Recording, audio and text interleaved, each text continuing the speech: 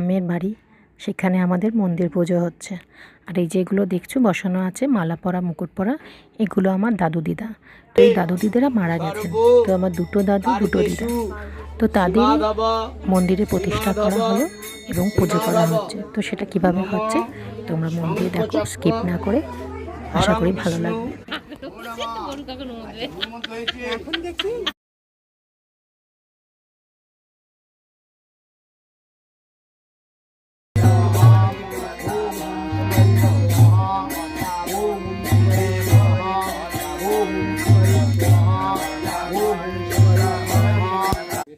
চুপ করবে, চুপ করো। তুমি করতে কত দেবে? সবাই এসে গেছে তো, এখনো বাকি আছে।